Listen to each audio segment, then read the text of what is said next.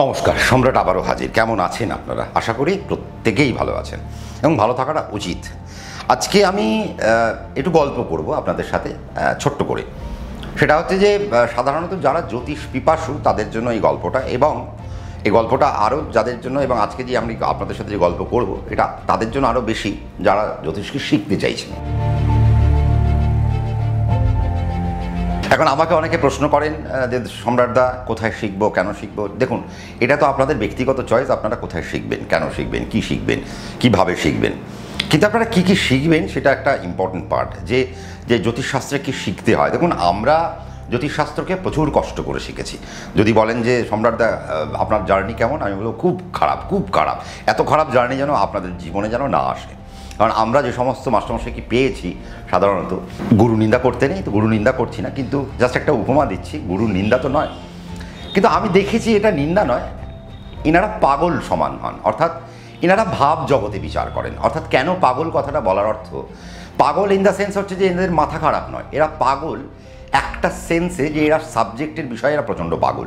এবং আমরা যাদের থেকে শিখেছি তারা বিদ্যজন, শুধু বিদ্যজন না, তারা ভাব জগতে বিচার করেন। এবং তারা, আমরা যখন শিখেছি, মানে আমার মনে আছে আমি যখন শিখতে গেছিলাম, মানে আমার মাস্টারমশাইয়ের কাছে যখন আমি যাই, তো আমাদের হয়তো ষষ্ঠ ভাব পড়িয়েছে। ষষ্ঠ ভাব পড়ানোর পরে বললো পরের দিন ক্লাস হবে। পরের দিন ক্লাসে গেলাম, তো গিয়ে দেখি মাস্টারমশাই নেই। তো গুরুমা বললেন তিনি কোথায়, তিনি কবি গান শুনতে চলে গেছে। এবার তাকে খুঁজতে যাওয়া, এবার সেই কবি গানের ওখানে গিয়ে খুঁজলাম। তো যখন গিয়ে তাকে দেখা হলো যে মাস্টারমশাই চলুন আমাদের তো পড়াবেন, তো বললো ষষ্ঠ ভাব মুখস্থ হয়েছে। আমি বললাম না, মুখস্থ তো হয়নি, আবার মুখস্থ হোক। মুখস্থ না হলে বিষয়টা আমরা আবার সপ্তমভাবে যেতে পারবো না। তো আমরা এইভাবে এক একটা ভাবকে নিয়ে আমরা খুব কঠিনভাবে পড়েছি। দেখুন, আজকে জ্যোতিষশাস্ত্রের মধ্যে, জ্যোতিষশাস্ত্র একটা খুব ইজি সাবজেক্ট, আবার যদি বলেন জ্যোতিষশাস্ত্র খুব কঠিন সাবজেক্ট। কেন ইজি, কেন?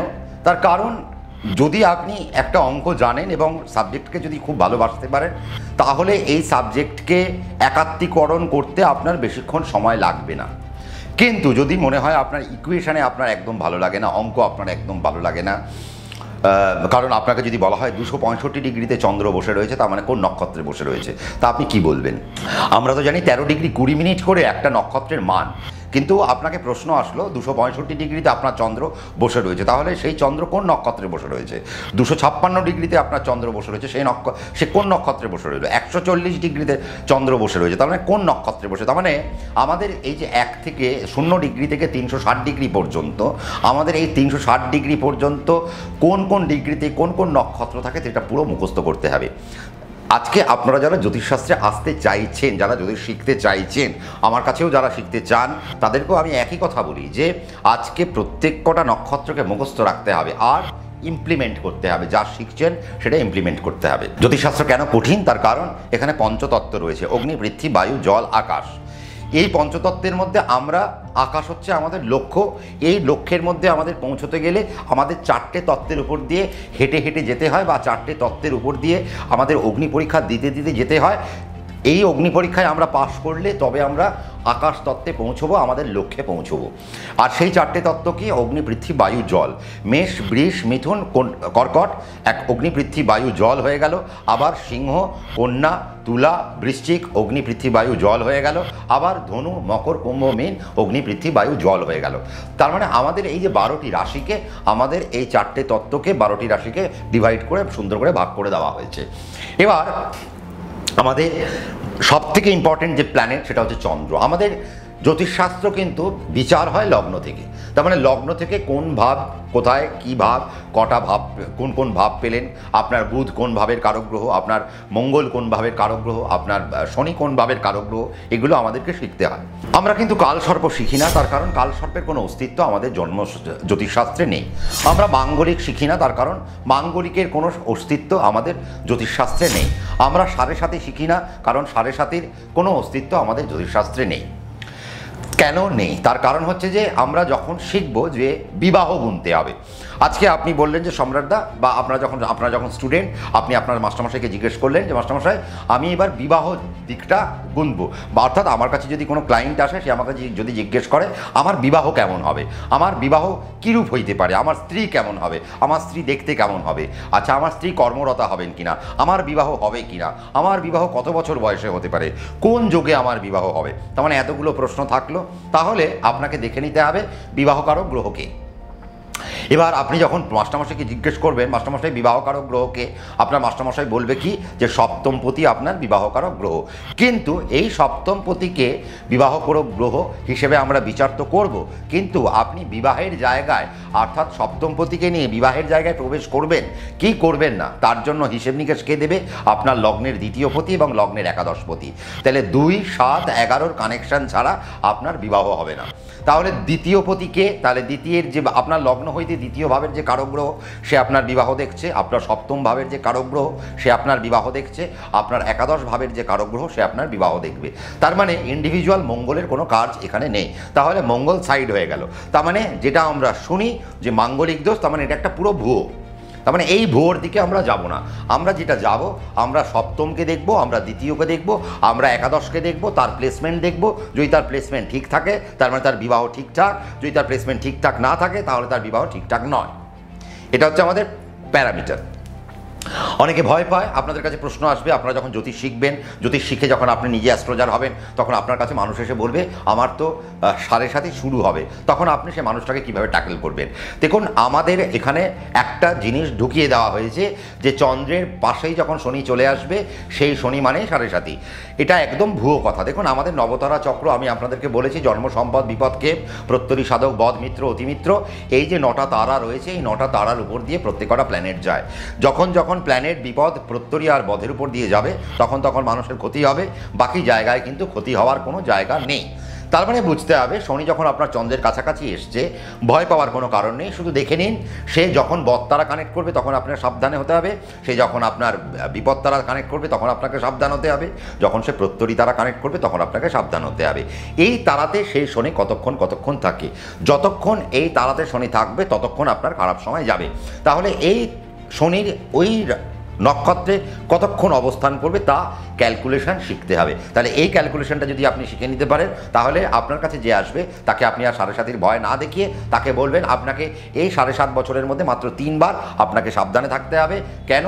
বা 2 বার আপনাকে সাবধানে থাকতে হবে। কেন? যখন সে আপনার বধ বা আপনার বিপদ বা প্রত্যরীর উপর দিয়ে যাবে তখনই আপনাকে শুধু সাবধানে থাকতে হবে। এই জায়গাটা আপনাকে মাথায় ঢুকিয়ে নিতে হবে। এটা গেল 1। কাল সর্প আপনাকে অনেক এসে বলবে আমি কি নাসিকে যাব, আমি কি মহাকাল যাব, আমি কি এখানে যাব, ত্রম্বকেশ্বর যাব। না, কোথাও যেতে হবে না। রাহু যেখানে থাকে তার উল্টো দিকেই কেতু থাকবে। এটা হচ্ছে রাহু কেতুর অ্যাক্সিস। রাহু যে ঘরে বসবে তার ঠিক সপ্তম ভাবে গিয়ে কেতু বসবে। তার মানে রাহু কেতু একটা মানুষ, এই জন্য এরা সবসময় সমসপ্তমে বিরাজমান। এদের একদিকে গ্রহ থাকতে পারে, এদের একদিকে গ্রহ নাও থাকতে পারে, তাতে কিছু এসে যায় না। অর্থাৎ রাহু আর কেতুকেই আমাদেরকে কাল আর সর্প বলা হয়। কাল মানে টাইমিং, সর্প মানে দেহ। যে টাইমে একটা দেহ জন্ম নিয়েছে তাকে বলা হয় কাল সর্প। অর্থাৎ ভূমিষ্ঠ হইলেই কাল সর্প হয়। তাহলে কাল সর্প নিবারণের কোনো প্রয়োজন নেই। জন্মের নামকে কাল সর্প দেওয়া হয়েছে। কি বললাম? একটা বার্থকে আমাদের এখানে বলা হয় নিউ বর্ন বেবি, আমরা বলি সদ্যজাত শিশু। আমরা জ্যোতিষের ভাষায় কি হবে? জ্যোতিষের ভাষায় বলবো আরেকটি কাল সর্প গঠন হলো, আরেকটি কাল সর্পের জন্ম হইল। অর্থাৎ কাল কি, কাল পুরুষের আন্ডারে আরেকটি বডির জন্ম হইল, তাহলে কাল সর্প সেটি। তাহলে কাল সর্প প্রতিকার করতে নেই। আর যত রাহু কেতুর একদিকে যদি গ্রহ না থাকে তাহলে সেই চার্ট অত্যন্ত ভালো, এবং যদি চার্টের মধ্যে গ্রহ সন্নিবস্ত হয়ে থাকে তাহলে সেই চার্টের প্যারামিটার একটু নেগেটিভ হয়ে যায়। আরও কি, চন্দ্রের কাছাকাছি যত গ্রহ থাকবে তত তার ডেভেলপমেন্ট তাড়াতাড়ি হবে, চন্দ্র থেকে দূরে যত গ্রহ চলে যাবে তার ডেভেলপমেন্ট কমে যাবে। এই রকম হচ্ছে আমাদেরকে শিখতে হবে।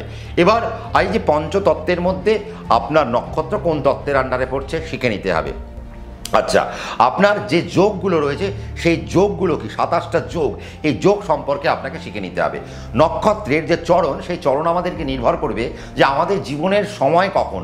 অর্থাৎ আমি এই যে সকাল থেকে একদম রাত্রি পর্যন্ত এই যে দিনের কোন সময় আমি প্রপারলি কাজ করতে পারি, অর্থাৎ কোন সময়টা আমার জন্য বেটারমেন্ট। কারোর জন্য সকাল 6টা থেকে সন্ধ্যে 6টা, কারোর জন্য সকাল 11টা থেকে রাত্রি 11টা, এটা কারো কারো প্যারামিটার। কারো কারো সকাল 8টা থেকে রাত্রি 8টা, কারো কারো সকাল 6টা থেকে দুপুর 2টো, এইরকম প্যারামিটার। অর্থাৎ আপনার কাজের সঠিক সময় কোনটি আপনার নক্ষত্রের চরণ বলে দেবে। নক্ষত্রের চরণ মানে নক্ষত্রের 4টি অবস্থান, অর্থাৎ 1, 2, 3, 4, যার সূর্যের অবস্থানকে কেন্দ্র করে আমাদের এই 4টে চরণকে কেন্দ্রভূত করা হয়েছে এবং তার উপর নির্ভর করছে আপনি দিনের কোন সময়কে কাজে লাগাবেন এবং কোন সময়কে কাজে লাগিয়ে আপনি আপনার জীবনের সফলতাকে খুব তাড়াতাড়ি আপনি আপনার জীবনে টেনে আনতে পারেন। তাহলে এই জায়গাগুলো দেখে নিতে হবে। ভাবকে খুব গুরুত্ব দিয়ে ভাবতে হবে, তার কারণ যার যে ভাব সেটাই তার জীবনের গতি। অর্থাৎ ভাব যেরকম আপনার জন্মছকে আপনার জীবনের গতিও তেমন। তাহলে আপনার জন্মছকে কোন কোন ভাবে কোন কোন গ্রহ বসে রয়েছে, সে কোন কোন ভাবের কারক গ্রহ কোন কোন ভাবে গিয়ে বসে রয়েছে তার ইকুয়েশনকে শিখে নিতে হবে। প্রত্যেকটা রাশির ক্যারেক্টারিস্টিক্সকে শিখে নিতে হবে, প্রত্যেকটা লগ্নের ক্যারেক্টারিস্টিক্সকে শিখে নিতে হবে। অগ্নি, পৃথিবী, বায়ু, জল, এই যে 4টে তত্ত্বের মধ্যে প্ল্যানেট কোন তত্ত্বের প্ল্যানেট কোন তত্ত্বে গিয়ে বসে রয়েছে, কোন তত্ত্বের প্ল্যানেট কোন তত্ত্বে বসলে কী ধরনের ফলাফল দিতে পারে সেটা আমাদেরকে নির্ধারিত করতে হবে। আজকে আপনার দেখতে হবে যে পঞ্চমপতি, দশমপতি এবং দ্বাদশপতি কি প্যারামিটারে বসে রয়েছে, সাথে দ্বিতীয়পতি, একাদশপতির অবস্থান কি। তাহলে মানুষটার জীবনের অর্থনৈতিক জীবন কেমন, তার জীবনে অর্থ কেমন আসতে পারে, তার জীবনে প্রতিষ্ঠা কেমন আসতে পারে, সে জীবনে দাঁড়াবে কি দাঁড়াবে না, তার জীবনে আর্থিক কোনো অনটন আসবে না তো, তার দ্বিতীয়পতি নেগেটিভ জোনে নেই তো। তার মানে এই জায়গাগুলো আপনাদেরকে শিখে নিতে হচ্ছে। কবে থেকে একটা জাতক জীবনে উন্নতি করবে, কখন তার বয়স, একটা মানুষের আয়ু কখন পেল, আয়ু কতটা পেল, তাহলে সে যা আয়ু পেল তাহলে সেই আয়ু নির্ধারণ করে তাকে কখন থেকে উন্নতির দিকে হাঁটতে আরম্ভ করতে হবে। তাহলে তার জীবদ্দশায় সে তার সফলতাকে সুন্দর করে ধরে নিতে পারে। আজকে আমাদের 27টা যোগ রয়েছে, কারো কারো বিষকুম্ভ যোগে জন্ম, কারো কারো প্রীতি যোগে জন্ম, কারো কারো গণ্ড যোগে জন্ম, কারো কারো অতিগণ্ড যোগে জন্ম। তারপরে আমাদের 11খানা করণ রয়েছে, আমাদের 15টা তিথি রয়েছে, তার মধ্যে অমাবস্যা রয়েছে, পূর্ণিমা রয়েছে, তার মধ্যে আপনার শুক্লপক্ষের চন্দ্র রয়েছে, কৃষ্ণপক্ষের চন্দ্র রয়েছে। শুক্লপক্ষের চন্দ্রের গরিমা কীরকম, কৃষ্ণপক্ষের চন্দ্রের গরিমা কীরকম, তার কি কার্যকারিতা, কৃষ্ণপক্ষে যদি আমার জন্ম হয় তাহলে আমার লাইফস্টাইল কেমন হওয়া উচিত, শুক্লপক্ষের চন্দ্র যদি পাই আমি তাহলে আমার লাইফস্টাইল কেমন হওয়া উচিত, এই জিনিসগুলোকে শিখে নিতে হবে। তারপরে তো অনেক পরে আসছে আপনার D9, D10, D12, D11, এরকম করতে করতে D30 পর্যন্ত, একদম ত্রিশাংশ পর্যন্ত আমাদের জানা যায়। সেটা অনেক হাইফাই লেভেলের পড়াশোনা। কিন্তু সবার আগে জ্যোতিষ যেটা শিখতে হবে, আপনারা যদি জ্যোতিষ শিখতে চান সে আমার কাছেই শিখুন বা আপনি অন্য যেখানেই শিখছেন না কেন, ভাবগুলোকে, রাশির ক্যারেক্টারগুলোকে সুন্দর করে কিন্তু বুঝে নিতে হবে, গ্রহগুলোকে বুঝে নিতে হবে। আজকে চন্দ্র মানে একটা সাত্ত্বিক প্ল্যানেট, চন্দ্র মানে বৈশ্য বর্ণের প্ল্যানেট, চন্দ্র মানে জলতত্ত্বের প্ল্যানেট। এরকমভাবে আমাদের বিভিন্ন বিভিন্ন প্ল্যানেটের বিভিন্ন বিভিন্ন তত্ত্ব রয়েছে, বিভিন্ন প্ল্যানেটের বিভিন্ন বর্ণ রয়েছে, বিভিন্ন প্ল্যানেটের বিভিন্ন রজতম সত্ত্বের কিছু সত্ত্ব রয়েছে। তাহলে তারা কোন আন্ডারে পড়ছে, সেই তত্ত্বের প্ল্যানেট কোন তত্ত্বে গিয়ে অবস্থান করছে, তাহলে সে মানুষটার জীবনযাপন কেমন হতে পারে, কোথা থেকে তার উন্নতি, কোথা থেকে তার অবনতি, কি তাকে বর্জন করতে হবে, কি তাকে গ্রহণ করতে হবে, ইত্যাদি ইত্যাদি জায়গাগুলো আমাদেরকে শিখে নিতে হবে। তারপর কি শিখতে হবে, দশার অবস্থা, অর্থাৎ আপনার যা দশা চলছে তাই আপনার বর্তমান অবস্থা। আমরা কথায় কথায় বলি না, শরীরের চেহারার দশা কি হয়েছে, তার মানে আপনার বর্তমান দশা খারাপ তাই আপনার চেহারার দশাও খারাপ। তাহলে আপনার কোন দশা চলছে, সেই দশায় আপনি কি ফল পাবেন, আপনার ষষ্ঠপতির দশায় কি করণীয়, আপনার অষ্টমপতির দশায় কি করণীয়, লগ্নপতির দশায় কি করণীয়, আপনি নবমপতির দশায় কি করবেন, আপনার জীবনে গোল্ডেন টাইম কখন আসবে, গোল্ডেন টাইম কবে থেকে কত দিন পর্যন্ত থাকবে, গোল্ডেন টাইমে আপনি কি কি করবেন, কি কি করবেন না, কোন কোন রং একটা মানুষ অ্যাডপ্ট করতে পারে, কোন লগ্নে জন্ম হলে, কোন রাশিতে জন্ম হলে কী রং ব্যবহার করলে তার জীবনে অনেক তাড়াতাড়ি উন্নতি আসতে পারে, তার জীবনের স্পিরিচুয়াল জার্নি কেমন হওয়া উচিত সেটা একটা বিষয়। তার মানে এই স্পিরিচুয়াল জার্নিতেও আমাকে লক্ষ্য রাখতে হবে, তার স্পিরিচুয়াল জার্নি যেন ঠিক থাকে। কেউ যদি স্পিরিচুয়াল জার্নি যদি ভুল করে তাহলে তার জীবনের সফলতাও আটকে যেতে পারে, সেই জায়গাটাও লক্ষণীয় বিষয়। কাজেই এই সমস্ত জিনিসগুলো শিখতে হবে, দশার ফলাফল শিখতে হবে, যোগগুলোকে শিখতে হবে।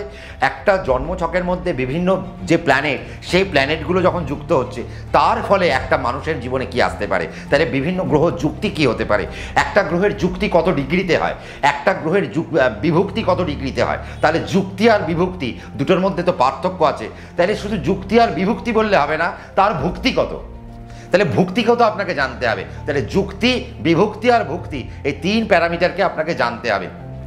যদি জানতে পারেন তবে আপনি জানবেন বা আপনি একজন ভালো অ্যাস্ট্রোলজার হিসেবে নিজেকে প্রতিস্থাপিত করছেন, নিজেকে শিক্ষিত করছেন, তবে আপনার জার্নি আরেকজনের জন্য ভালো হতে পারে।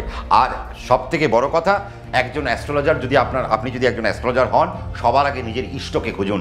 ইষ্ট যদি আপনার যতক্ষণ না জাগ্রত হচ্ছে ততক্ষণ আপনি কিন্তু আপনার অ্যাস্ট্রোলজিতে পারদর্শী হতে পারবেন না।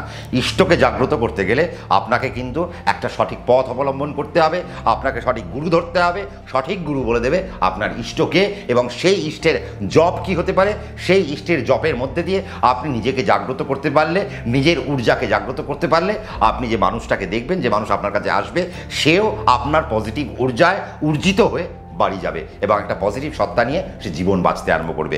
তাহলে আমাদের জ্যোতিষশাস্ত্রে অনেক কিছু প্যারামিটার রয়েছে। আমাদের তাহলে গ্রহ রয়েছে, আমাদের অনেকগুলো যোগ রয়েছে, এছাড়াও বিভিন্ন গ্রহের পরেও আমাদের কিছু কিছু যোগ তৈরি হয়, সেই সমস্ত যোগগুলোকে আমাদের শিখতে হবে। গ্রহ ভুক্তি নিয়ে আমাদের কিছু যোগ হয়, গ্রহ বিভক্তি নিয়ে আমাদের কিছু যোগ হয়, গ্রহের যুক্তিতে একটা যোগ হয়, গ্রহের ভুক্তিতে একটা যোগ হয়। আজকে ভৃগুবিন্দু কি, এই ভৃগুবিন্দু কোথা থেকে উৎপত্তি হচ্ছে, তাহলে ভৃগুবিন্দুর কাজ কি, আজকে চন্দ্র স্ফুট কি, আজকে লগ্ন স্ফুট কি, আজকে কোন স্ফুটে আপনার জন্ম হয়েছে, স্ফুটাঙ্ক কি। আজকে শুধু বললে হবে না, স্ফুট বললে হবে না, আপনি যে স্ফুটটা পেলেন তার অঙ্কটা কি। এই স্ফুটাঙ্কর মধ্যে যে একটা নির্দেশ রয়েছে যে আপনার জীবন কত দূর পর্যন্ত আপনি যেতে পারেন, আপনি জীবনে কত পর্যায় পর্যন্ত উঠতে পারেন, এবং আপনি চেষ্টা করলে আপনার জীবনকে কত দূর নিয়ে যেতে পারেন, সেটা আপনার ভৃগুবিন্দু, আপনার চন্দ্রবিন্দু এবং আপনার লগ্নবিন্দু এবং লগ্নের স্ফুটাঙ্ক, চন্দ্রের স্ফুটাঙ্ক, ভৃগুবিন্দুর স্ফুটাঙ্ক বলবে। এগুলোকে শিখতে হবে। আপনি ভাবছেন সম্রাটদা অবলীলায় বলে যাচ্ছে, কি দারুণ। শুনুন, এর জন্য না অনেক বৎসর আমাদেরকে ব্যয় করতে হয়েছে। এখন আমরা হয়তো 1 বছর 2 বছরে একটা সাবজেক্টকে, আমরা একটা কোর্সকে ডিজাইন করি। বিশ্বাস করুন, 1 বছর 2 বছরে কিন্তু সত্যিকারের জ্যোতিষটা হয় না। হ্যাঁ, আপনি হয়তো 1 বছর 2 বছরে কিছু একটা শিখে ফেলে হয়তো মানুষকে বলতে পারলেন, কিন্তু আসল অ্যাস্ট্রোলজি করতে গেলে কিন্তু আপনাকে একটা লং জার্নি আপনাকে কিন্তু করতে হবে। যদি আপনি সেই যাত্রাপথ অতিক্রম করতে পারেন তবে আপনি নিজেকে একজন ভালো অ্যাস্ট্রোলজার হিসেবে নিজেকে প্রতিস্থাপিত করতে পারেন। এবং তার পাশাপাশি রয়েছে প্রচণ্ড পরিমাণে একটা রাইট ওয়েতে চলা। দেখুন, ধার্মিক ওয়েতে চলতে আমি বলি না, কিন্তু আমি যেটা বলি, ধর্ম মানে কি, ধর্ম মানে হচ্ছে সঠিক পথ। আপনি ওই হিন্দু, মুসলিম, খ্রিস্টান, শিখ এই ধর্মে আমি বলছি না, আমি বলছি আপনি যে রাস্তায় রয়েছেন তার সঠিক ধর্ম আপনাকে অবলম্বন করতে হবে। আমরা জীবনে অনেক ভুল করেছি, ভুল করতে করতে করতে করতে শিখেছি, এবং আজকে এখনও ভুল করি। যদি আমি বলি যে এখনও ভুল করি না, তাহলে আমি বলবো যে সব থেকে বেশি মিথ্যে কথা আমি বলছি। তার কারণ এটা এমন একটা সাবজেক্ট, এই জন্মে মনে হয় আমি শেষ করতে পারবো না, পরের জন্মেও শেষ করতে পারবো না, তারপরের জন্মেও শেষ করতে পারবো না। তার কারণ এটা সনাতনী বিদ্যা, আর এই সনাতনী বিদ্যার যার কোনো শেষ নেই। তাহলে আপনাকে নিরলস প্রচেষ্টা করে যেতে হবে, প্রচণ্ড পরিমাণে জ্ঞানী হতে হবে, আর প্রচণ্ড জপ তপ করতে হবে, নিজের ভেতরের ঊর্জাকে প্রচণ্ড টপমোস্ট লেভেলে নিয়ে যেতে হবে। যদি নিয়ে যেতে পারেন তাহলে দেখবেন আপনার মধ্যে একজন দর্শন আসছে, সেই দর্শনের মধ্যে দিয়ে আপনি কিন্তু মানুষের উপকার করতে পারেন। তাহলে অঙ্কও শিখতে হবে, আবার নিজের ভেতরের যে অঙ্ক, সেই অঙ্ককেও জাগ্রত করতে হবে। দুটি অঙ্কের মেলবন্ধন হলে তবেই আপনারা শিখতে পারেন। আমার কাছে যদি শিখতে চান, আমাদের ব্যাচ আবার 2025 সালের 1 বৈশাখ থেকে স্টার্ট হবে। তার জন্য ভর্তি এখন থেকে শুরু হয়ে গেছে। আমাদের লিমিটেড সিট, আমি মাত্র 25 জন মাত্র নিই, 25 জনের বেশি আমরা নিই না। তো আপনারা যদি মনে হয় ভর্তি হবেন, আমার ব্যাক অফিসে যে নম্বরগুলো চলছে সেই নম্বরগুলোতে আপনারা ফোন করুন, সেখানে আপনারা জেনে নিতে পারেন বিস্তারিত। আমাদের এখানে শিখলে আপনারা কী কী উপায়ে শিখতে পারেন। কিন্তু আমার এখানে কোনো তন্ত্র মন্ত্র আমি কিন্তু শেখাই না, শুধুমাত্র পিওর অ্যাস্ট্রোলজি আমি এখানে শেখাই। আর কোনো কিছু এখানে কিন্তু শেখানো হয় না, না পৌরোহিত্য শেখানো হবে, না তন্ত্র শেখানো হবে, না মন্ত্র শেখানো হবে। আমার এখানে শুধুমাত্র সংখ্যাতত্ত্ব, জ্যোতিষ এবং বাস্তু, এই 3টে সায়েন্টিফিক সাবজেক্ট নিয়ে আমি শেখাই। যদি আপনাদের ইচ্ছে থাকে ব্যাক অফিসে আপনারা যোগাযোগ করতে পারেন, এবং ভর্তির জন্য কী কী করণীয়, কী কী আপনাদের ফর্মালিটিস আপনাদের পূরণ করতে হবে, সেই জায়গাগুলো আপনারা দেখে নিতে পারেন। প্রত্যেকে ভালো থাকুন, সুস্থ থাকুন, শান্তিতে থাকুন। আর কী কী শুনতে চাইছেন কমেন্টের মধ্যে দিয়ে আমাকে জানাতে ভুলবেন না। এবং যদি ভালো লেগে থাকে লাইক করবেন, শেয়ার করবেন, আর সাবস্ক্রাইব করে আমাকে একটু উদ্বুদ্ধ করবেন। নোটিফিকেশান বেল প্রেস করলে আমি আরেকটু উদ্বুদ্ধ হয়ে যাই। প্রত্যেকে ভালো থাকুন, সুখে থাকুন। রাত্রি 9টায় আমি তো থাকছি, আপনারা থাকছেন তো। নমস্কার।